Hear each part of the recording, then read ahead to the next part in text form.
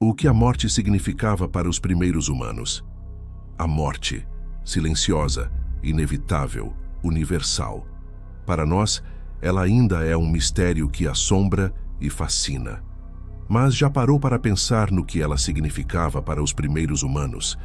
Antes das religiões organizadas, antes dos livros sagrados, antes dos cemitérios e túmulos ornamentados, o que será que nossos ancestrais viam quando olhavam para um corpo sem vida? Hoje, no canal Além da Fogueira, vamos acender a tocha da curiosidade para explorar um dos temas mais antigos da humanidade, a nossa relação com a morte. Prepare-se para viajar às origens do medo, do luto, da espiritualidade e da eternidade, porque mesmo antes de sabermos escrever, já enterrávamos nossos mortos. Mas por quê? Capítulo 1. O primeiro adeus. A morte sempre esteve presente, mas nem sempre foi compreendida. Os primeiros hominídeos, como o Homo habilis ou o Homo erectus, provavelmente viam a morte como algo abrupto, natural e talvez até irrelevante. Um corpo caído era um risco, um alimento para predadores ou uma lembrança silenciosa da fragilidade da vida. Mas há cerca de 100 mil anos algo mudou. Vestígios arqueológicos mostram que o Homo neanderthalensis enterrava seus mortos. Sim, há 100 mil anos neandertais colocavam seus companheiros em covas rasas, às vezes com flores, ferramentas ou pigmentos como o ocre vermelho. Por quê? Seria respeito, medo, amor. Esse simples ato, o de enterrar, já carrega uma profundidade filosófica imensa. Ao separar o morto dos vivos, os neandertais estavam criando uma fronteira, um espaço simbólico, uma memória. Talvez os primeiros sinais de uma crença na continuidade da existência. E aí está o ponto-chave. Os primeiros humanos podem ter sido os primeiros a imaginar algo depois do fim. Capítulo 2. A morte como espelho da vida. Quando o Homo sapiens surgiu há cerca de 300 mil anos e começou a se espalhar pelo planeta, a morte deixou de ser apenas um fato biológico e passou a ser uma narrativa. Os rituais fúnebres se tornaram mais complexos, mais simbólicos. Em locais como Sungir, na Rússia, foram encontrados túmulos de crianças enterradas com colares de marfim, lanças e vestimentas ricamente adornadas. Crianças, enterradas como reis. Isso sugere algo poderoso. Nossos ancestrais acreditavam que havia uma continuidade, uma jornada além da morte. Talvez já acreditassem em espíritos, reencarnação ou em um mundo invisível ao redor do mundo físico. A morte, portanto, tornou-se um reflexo da vida e daquilo que sonhávamos existir além dela. Capítulo 3.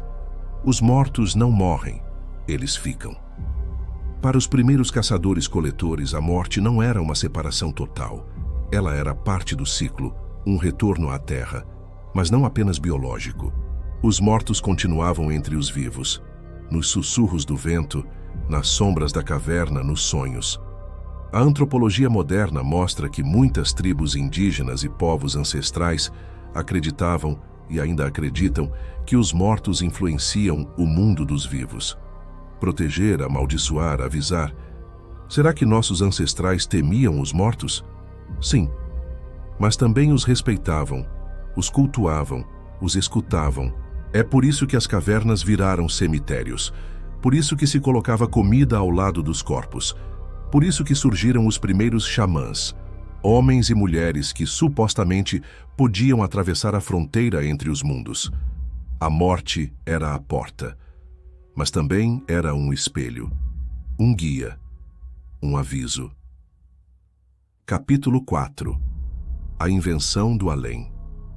A consciência da morte é talvez a marca mais profunda da mente humana. Diferente dos animais, nós não apenas sentimos medo do fim, nós o imaginamos, nós o contamos, nós o transformamos em mito. Os primeiros mitos sobre a morte são histórias sobre deuses, heróis, traições e renascimentos. Quase todas as culturas humanas têm uma versão do mundo dos mortos. Desde o submundo grego até o Xibalba maia, do paraíso celta aos ancestrais africanos. Esses mitos revelam algo fundamental. Nós não suportamos a ideia do nada. A morte para nossos antepassados era um portal, Para onde? Ninguém sabia exatamente, mas o importante era que havia um depois, e esse depois moldava o comportamento dos vivos. Ser bom com os outros, honrar os mais velhos, cuidar da tribo, não quebrar os tabus, porque do outro lado alguém estava assistindo, julgando, esperando. Capítulo 5. Morremos para lembrar. Mas a morte também cumpria um outro papel, nos lembrar da vida. Ao ver a morte de perto, nossos ancestrais não apenas choravam, eles refletiam, eles contavam histórias, eles transmitiam sabedoria. A morte se tornou uma ferramenta pedagógica, um ritual de passagem. Em sociedades orais onde não havia escrita, o que restava de um indivíduo após sua morte era a memória que os outros mantinham dele. Histórias contadas ao redor do fogo, lições passadas adiante, canções, danças, nomes. Morrer, portanto, não era desaparecer. Era se tornar parte da cultura, parte da tribo, parte da história. Capítulo 6. E hoje, milhares de anos depois, cercados por tecnologia, medicina avançada e redes sociais, ainda somos profundamente humanos quando se trata da morte. Choramos, celebramos, enterramos, criamos túmulos e memoriais, buscamos sentido, escrevemos livros, fazemos filmes, criamos avatares digitais que continuarão falando depois do fim. Mas será que, em algum nível, continuamos buscando o mesmo que os primeiros humanos? Uma resposta, uma certeza, um consolo. Talvez, no fim das contas, a morte nunca foi apenas sobre o fim. Para os primeiros humanos, ela era sobre pertencimento, sobre espiritualidade, sobre entender nosso lugar no mundo e além dele. Enterrar os mortos foi um dos primeiros sinais de humanidade, de que começamos a ver o mundo com outros olhos, não apenas com medo, mas com significado. E talvez seja por isso que ela continua nos assombrando, nos inspirando e nos movendo. Porque enquanto houver humanos vivos, haverá histórias sobre a morte.